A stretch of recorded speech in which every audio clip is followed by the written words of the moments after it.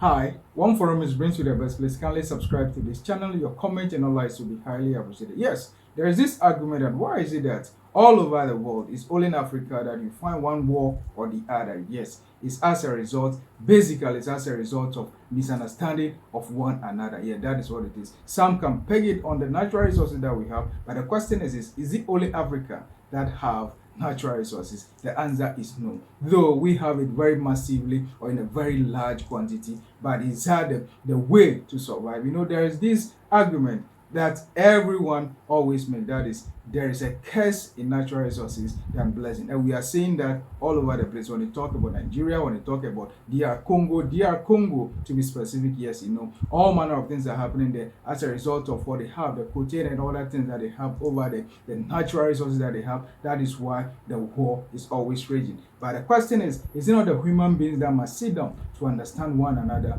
for peace to reign? The answer is very yes. So it's not only about the natural resources that are sparking this whole thing. Some of us can peg it on democracy, because if there is proper democracy, even if there is a democratically ruled country nearby that may even attempt to influence another country that is democratically ruled, is very difficult. Why? Because we make the argument in international relations or international politics that democracies don't fight democracies. That is democratic peace theory, as we put it. So I think and believe that if we are all concerned and we feel that there is a need for peace to reign all over Africa. You can talk about the Congo, you can talk about everywhere, or Sudan, South Sudan, and all the places that we all have all manner of fights or troubles in those regions now. The only way that peace can reign is for them to practice democracy. Let's take a look at South Sudan. Yes, until recently, for some time now, they've been living well together. Why? Because there was this arrangement of power sharing. But as a result of one soldier or one guy or some group of people have been arrested as a result of one misconduct or the other,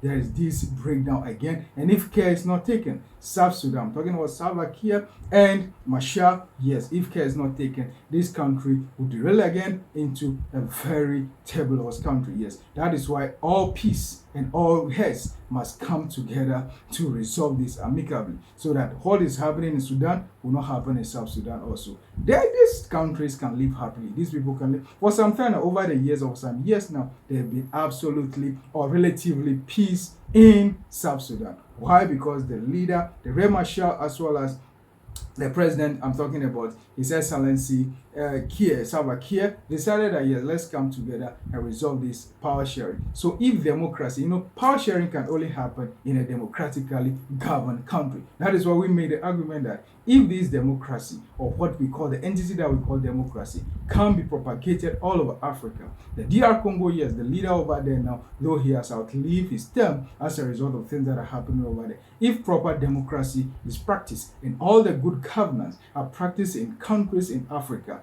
I can argue comfortably that that is the only way there will be absolute peace all over Africa. But not until that is achieved, still trouble will be in Africa. Some can even raise the argument that why is there are some countries that are governed by dictators, but yet still, and they have natural resources, but yet still, they also have peace. Yes, those are relative things, or those are things that are. If you talk about Saudi Arabia, yes, the great Saudi Arabia, yes, they are more or less like a monarchy or governor ruled by the king or the prince or whatever it is that they practice over there. The system is just that having a very good system that will be able to protect everybody, and the structures will be clear and things will be clear, and natural resources being used judiciously for the benefit of the people, the citizens. That's the only way that there can be peace, and the only thing that can be able to achieve that is what we call a democracy. That's why there is a need for all countries in Africa to be able to practice democracy, so that the last stage that we are taking in everything when it comes to war, because taking a look at all over the place, apart from some few wars in some other parts